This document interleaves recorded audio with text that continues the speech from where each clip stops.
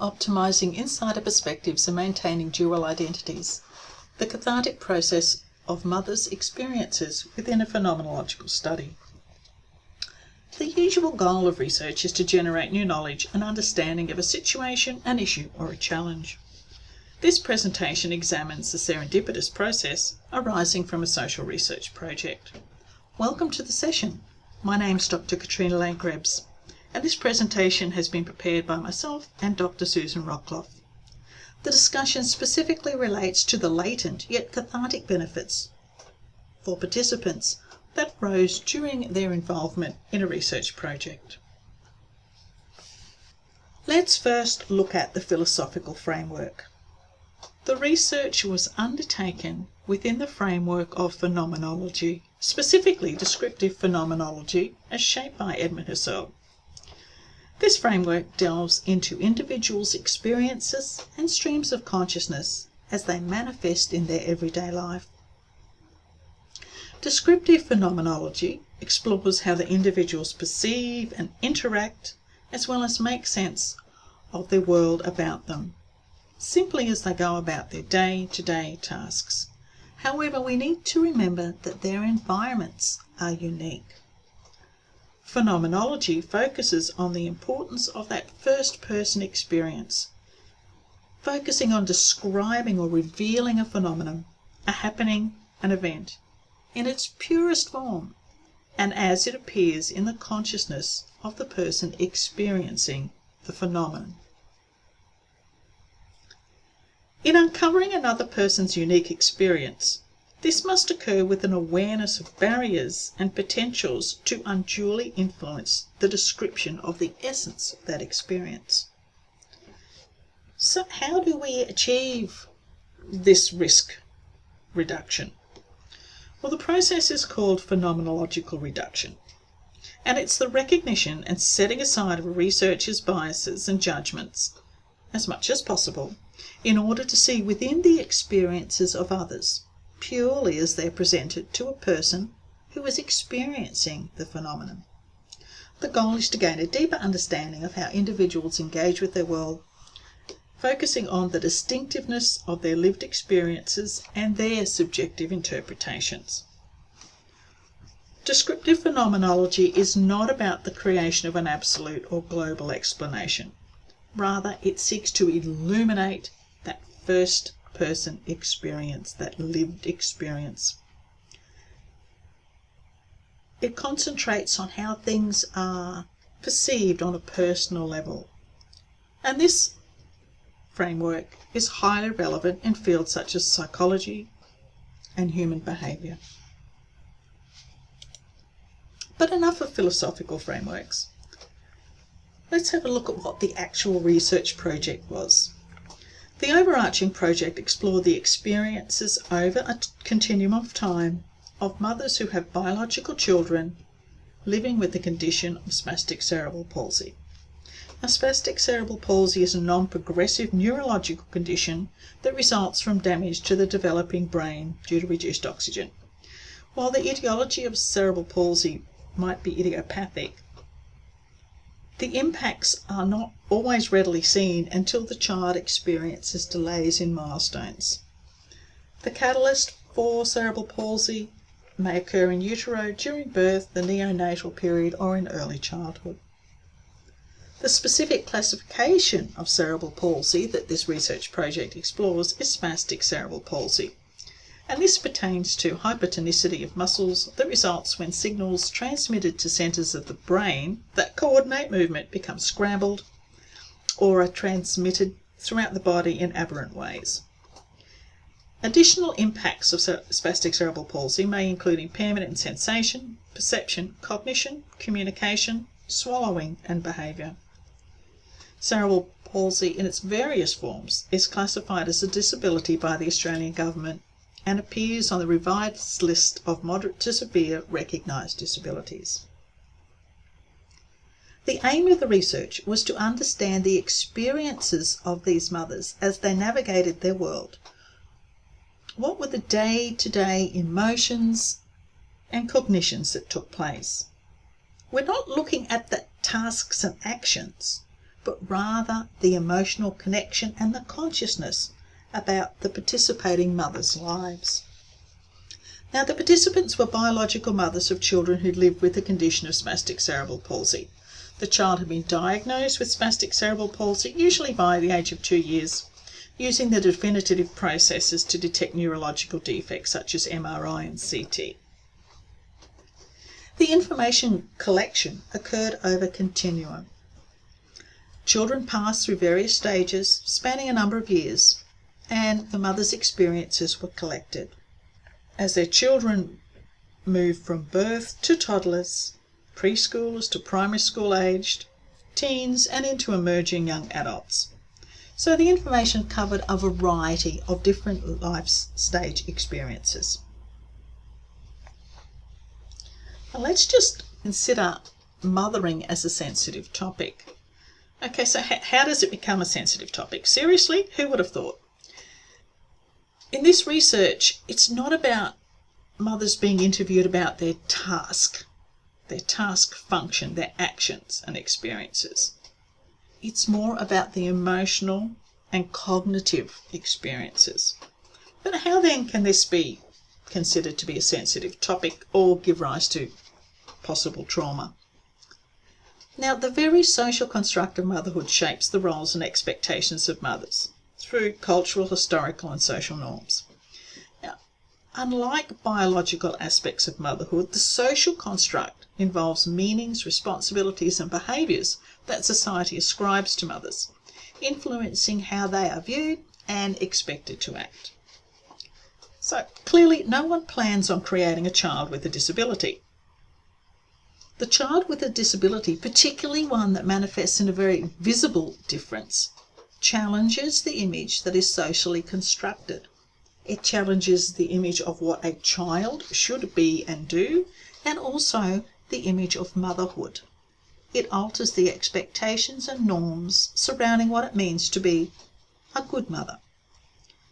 It challenges perceptions on a variety of social platforms. Facebook, Instagram, TikTok, whatever social platform you're familiar with. There is the portrayal of the happy, healthy, gurgling, laughing infant, the adventurous, playful toddler, the school-aged individual biking, going to activities, and the teen playing sports, all under the watchful gaze of the mother, put together and happy. Social depictions such as this idealise motherhood. When a child has a disability, added social pressures, contraindications and emotional complexities diverge from traditional narratives of motherhood. It's almost like, it's really not fair, and all these extras means the game of mothering, the rules have changed. From the perspective of the mother, the diagnosis of her child's disability was often accompanied by shock, fear, sadness, and of being overwhelmed. Their world was suddenly transported from their happy expectations into a foreign world, helter-skelter, unplanned, and seemingly filled with insurmountable challenges as these mothers tried to make some sense of normality. Now, this clearly links to trauma. Trauma is a psychological response to deeply disturbing events. So there was a roadmap, intersectionality, the identity, expectations, social stigma, public perception, judgment, a crisscross, all adding to the emotional burden of mothering a child who lives with disability. And this highlights the emotional and social complexity of their mothering role. So how did the information arise? How did we capture these experiences? There were 2 to 3 in-depth face-to-face interviews that revealed the narratives of the mothers. They recounted significant events over their child's lifespan. The didactic interview was supplemented with photos and other sensory elements that gained enhanced insight and a more complete understanding of their experiences and emotions. Now, to achieve effective interviewing, there needs to be the creation of a therapeutic relationship. The therapeutic relationship is a cornerstone of social science and holistic healthcare. It's the bond between the practitioner and the client, or in this case, the researcher and the participants. Key features of this relationship are trust, empathy, seeking to understand in a genuine way, and creating a safe space for disclosures. One effective connection with the therapeutic relationship is the use of self. By creating a therapeutic relationship, the goal is to empower the client to have their voice heard and acknowledged, and in doing so validate their experience as they recall and recollect events as being a true and accurate description. In this particular instance, the researcher identified as being both a mother and familiar with the condition of cerebral palsy. Now, this became a pivotal link. It was a key connection and crucial to the relationship factor of trust, understanding, and safety. The identified researcher plays a central role in determining the acquisition of information. A sameness became an essential strength for creating the safe space for disclosures. If this pivotal link had been omitted, the willingness to disclose information may have been reduced. The flow of consciousness may have led to misunderstandings or a disruption in the storytelling through having to stop and explain terms, acronyms, medications, and equipment, all potentially leading to a catastrophic censoring of information and structural incompleteness or non-participation by the mothers. The mothers' stories were filled with insular connections. Yes, insular, as within the brain matter, figuratively, social. It was all the things that only make sense within the community of spastic cerebral palsy. Orthotic, MDTs, OTs, brace, splint, ICP, AT, rehab, functional assessment, NDTs, spastic, FMS, classifications, FMC4s, posterior walker, the Big Mac, no, it's not a hamburger, Botox, phenols, GABA, SDRs, BDS. Well, if you know, you know, and if you don't, you would need to stop the participants' stream of consciousness as they reveal their experiences and find out what on earth they were talking about. This demonstrates the benefit of the insider researcher who identified their connection to the participants and facilitated the mother's disclosures. All right, we've set the scene, we've looked at the philosophical framework. So what happened? What was seemingly wrong, but yet ultimately right, and certainly unintended, was a time for release for the mothers. During their time with the interviewer, the mothers sniffed silently, eyes moist, head down, hiding behind tissues, handkerchiefs. Others openly wept. Some spoke at great lengths. Others' voices froze and became mute. Some made inaudible sounds, guttural, moaning laments. Some expressed anger. Tears streamed in quiet agony, while others sobbed and hiccuped loudly, spilling their grief out. Some poured out their pain in words, whilst others' voices faltered, silent and frozen in sorrow. Some were overwhelmed and lashed out in raw anger, their hearts breaking, while others stopped mid-thought to breathe deeply and regain some control. Their body language conveyed unbearable grief. Some poured out their anguish in long, trembling words, and others had their voices stolen, left mute in despair, and so resorted to drawing to convey their thoughts. A few, overcome by rage, erupted with fury and their anger, the only release for their torment.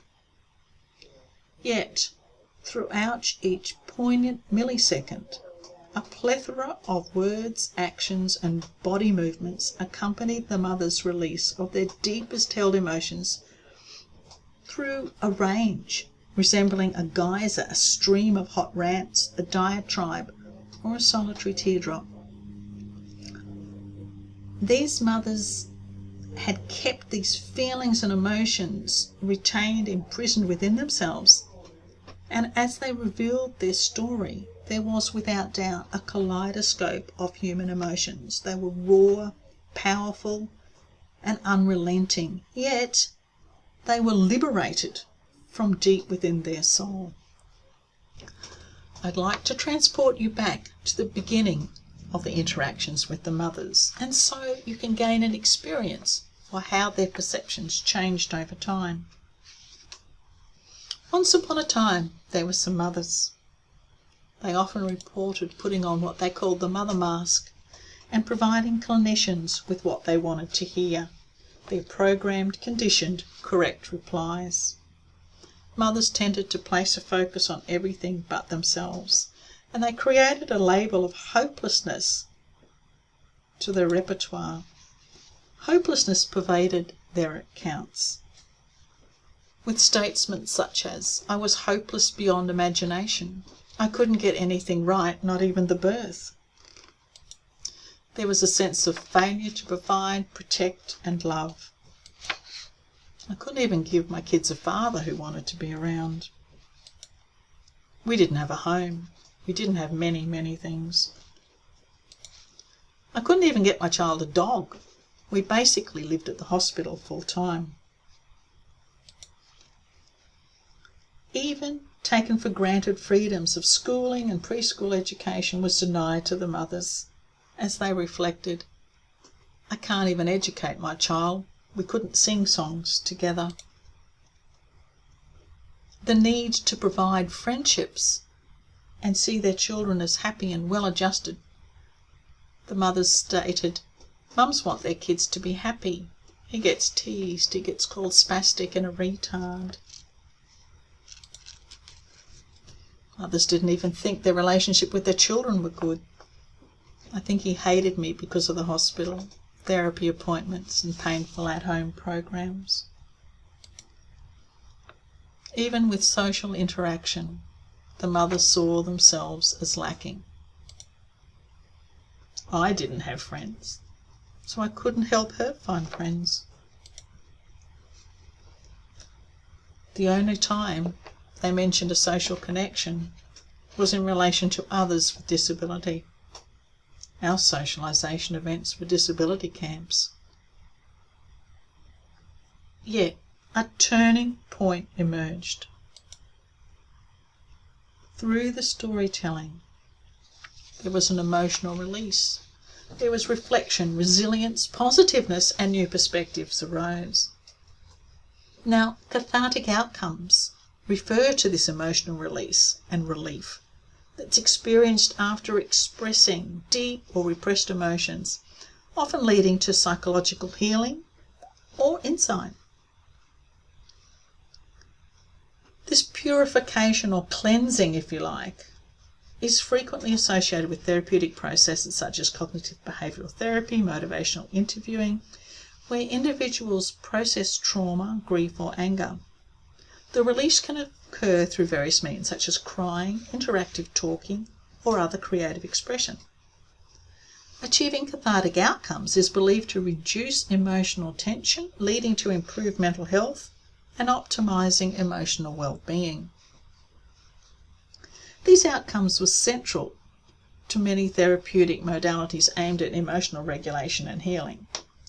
The cathartic experience involved the release of deeply held emotions and the ability to tell someone in a safe space with an implicit sense of trust. And this gave a sense of overwhelming gratitude for an opportunity.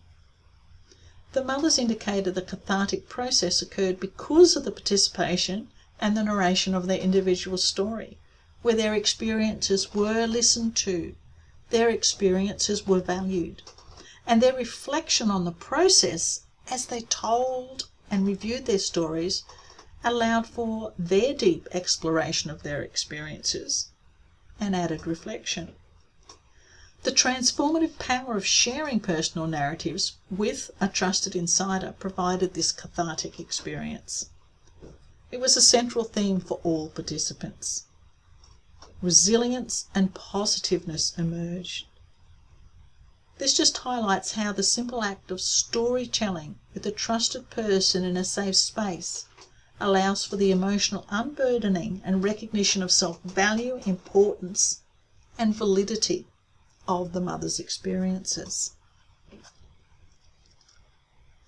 Without the researcher's identified connection, the information provided would possibly have been less in both quantity and quality, The benefit of the identified researcher came to light through the participants' own statements. Without this connection, they indicated that trust would not have prevailed. Guardedness would certainly have continued, much as it had when they interacted with clinicians. Well, challenges, yes, there's always challenges. There's triggers and vicarious trauma, and this often necessitated the stepping away from the research to develop different approaches to best protect the participants. Yet, despite the delays, unanticipated benefits to the participants were the serendipitous outcome. I leave you with an eclectic selection of statements from the mothers at the end of their participation in this project. It seems vitally important for me to be able to tell someone. I have never had so much time just talking about me. This is the longest I have ever talked to anyone. I actually matter. It's been really good to talk about these things, and all these years no one's been really interested in how I'm feeling about any of it. But really talking about those early days, I feel like I've got it from my inside, from buried deep in my heart, and now it's floating outwards. It's a nice feeling. So thanks. When I heard about this project, I just wanted in. I wanted my chance to say it like it is. Thanks for asking me. I mean that. Thanks. I'm there with the doctors, but I'm not important. I'm here with you. I am important. How I experience things is important. I am brave, resilient, proud, thankful that I didn't fall to pieces. Now I realise I had the ability to raise the family that I had. And Crystal really summed up everybody's experience in the end. Before I was a failure. After talking, a realisation. I am amazing.